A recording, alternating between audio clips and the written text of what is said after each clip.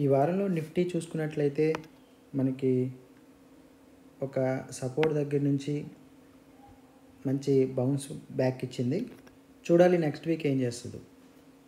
ఎందుకంటే ఒక చిన్న కన్సర్న్ ఏంటంటే ఒక హెడ్ అండ్ షోల్డర్ ప్యాటర్న్ లాంటిది నాకు కనిపిస్తుంది.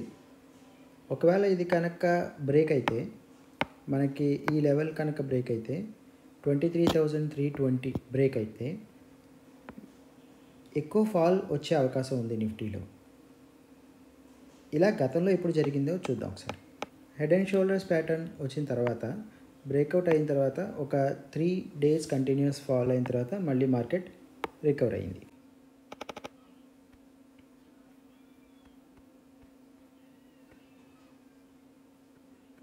అలాగే 2021-22లో కూడా హెడ్ అండ్ షోల్డర్స్ ప్యాటర్న్ వచ్చిన తర్వాత మనకి ఫాల్ వచ్చింది. అలా అని చెప్పేసి ప్రతిసారి హెడ్ అండ్ షోల్డర్ ప్యాటర్న్ ఏర్పడిన తర్వాత పడిపోతుందని కాదు. Okay, head and shoulder pattern ఒక్కొక్కసారి వర్కౌట్ అవ్వచ్చు. కాషియస్గా ఉండడం మన పని అంతే. Head and shoulder pattern work out అవుతుందా వర్కౌట్ అవ్వదా అనేది ఇక్కడ డిస్కషన్ కాదు. ప్రజెంట్ నిఫ్టీలో అయితే అంత కంగారు పడాల్సిన అవసరం ఏం లేదు. ఇది ఈ సపోర్ట్ లెవెల్స్ని బ్రేక్ చేయనంత వరకు. సో మనం మళ్ళీ నెక్స్ట్ వీక్ కలిసినప్పుడు నిఫ్టీ గురించి డిస్కస్ చేసుకుందాం. Mid small 400.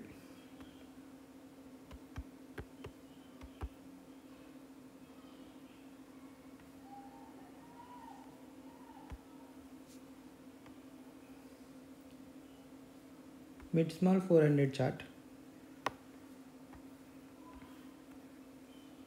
ఆల్రెడీ ఒక ర్యాలీ తర్వాత ఒక బేస్ ఫామ్ చేస్తుంది. ప్రజెంట్ ఇందులో కొన్ని ఆపర్చునిటీస్ మాత్రం మనకి లిమిటెడ్ ఆపర్చునిటీస్ తగులుతున్నాయి. అయితే ఈ బేస్ ఎప్పుడైతే బ్రేక్అవుట్ ఇస్తుందో అప్పటి నుంచి మనం మార్కెట్లో ఆపర్చునిటీస్ చూడొచ్చు. నెక్స్ట్ వీక్ ఆపర్చునిటీస్ గురించి మాట్లాడుకుంటే ఫస్ట్ చార్ట్ నాది ఎల్టీ ఫుడ్స్ బాగా నాకు నచ్చింది. ఇది ఒక రెసిస్టెన్స్ లెవెల్. ఆల్రెడీ మార్కెట్ కొంచెం ర్యాలీ ఇచ్చిన తర్వాత ఇలా బేస్ ఫామ్ చేయడం, ఆ తర్వాత మళ్ళీ రెసిస్టెన్స్ దగ్గరికి వచ్చి ఇలా టైట్ క్యాండిల్స్ ఏర్పరచడం చాలా మంచి ప్రైస్ యాక్షన్. ఒక 2 days హాల్ట్ అయిన తర్వాత బ్రేక్అవుట్ ఇస్తే చాలా బాగా మనకి మంచి ప్రాఫిట్స్ ఇందులో చూడొచ్చు LT foods. Next Taj GVK. Not only Taj GVK, hotels చాలా పాజిటివ్గా ఉన్నాయి. లాస్ట్ వీక్లో చాలా మంచి ర్యాలీ ఇచ్చాయి. ఇక్కడ చూసుకుంటే మనం ఇది రెసిస్టెన్స్ లెవెల్ని బ్రేక్అవుట్ ఇచ్చింది, అవుట్ ఆఫ్ ది బేస్ వచ్చింది. ఇప్పుడు మనం ట్రాక్ చేయాల్సింది ఇక్కడ ఈ రేంజ్లో ఒక అట్లీస్ట్ ఇంకో 2-3 days హాల్ట్ అయితే ఈ క్యాండిల్ 15% పెరిగింది. ఆ తర్వాత ఇంకొక 2 days కనుక హాల్ట్ అయితే మనం ఈ లెవెల్ బ్రేక్అవుట్ అంటే 458 అబోవ్ మనం దీన్ని ట్రేడ్ చేయొచ్చు. ఓకే, ఇదంతా స్వింగ్ ట్రేడింగే, లాంగ్ టర్మ్ కాదు. నెక్స్ట్ వన్ గోల్డియం స్టాక్ కూడా మనకి ఆల్రెడీ ఒక బేస్లోంచి బయటకు వచ్చి మళ్ళీ ఇంకొక చిన్న బేస్ ఏర్పడుతుంది. ఇది బేస్ ఆన్ బేస్.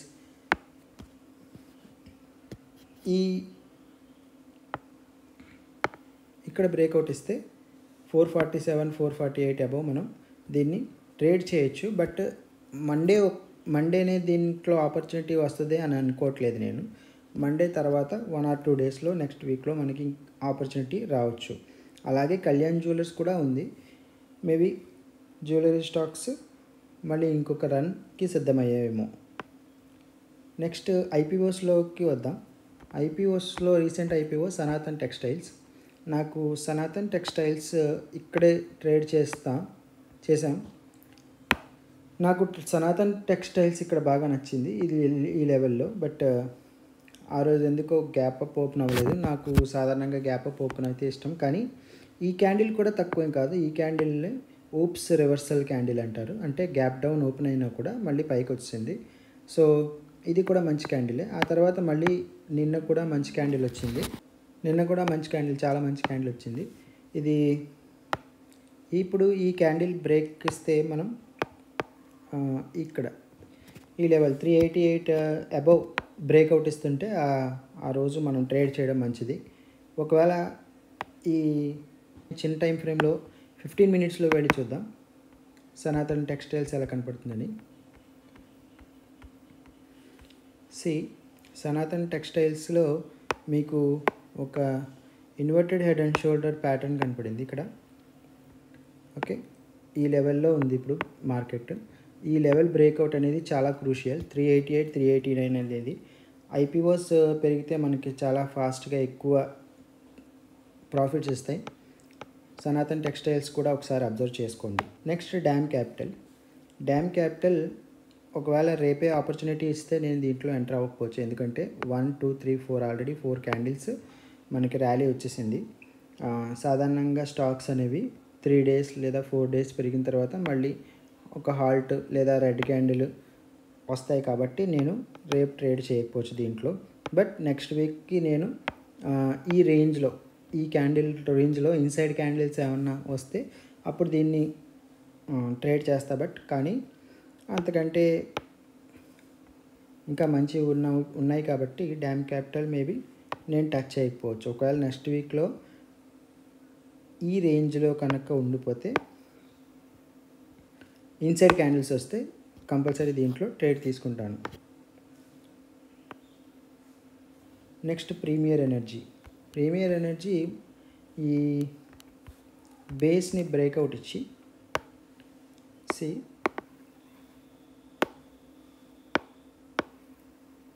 ఇది ఒక మంచి ఈ బేస్ బ్రేక్అవుట్ ఇచ్చింది. ఆ తర్వాత మళ్ళీ బేస్ ఆన్ బేస్ ఫామ్ చేస్తుంది. ఇది ఇంకొక చిన్న బేస్ అన్నమాట. ఈ బేస్ని ఆల్రెడీ 2 సార్లు టచ్ చేసింది. ఇక్కడ ఒకసారి, తర్వాత ఇక్కడ ఒకసారి, 2 సార్లు టచ్ చేసింది. మరి నెక్స్ట్ వీక్ చూడాలి.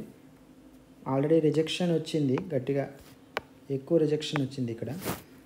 ఈ రేంజ్లోనే ఇన్సైడ్ క్యాండిల్స్ ఏమైనా ఏర్పడితే ఆ తర్వాత బ్రేక్అవుట్కి మనం ప్రీమియర్ ఎనర్జీని కన్సిడర్ చేయొచ్చు. So that's all for this week. Thank you.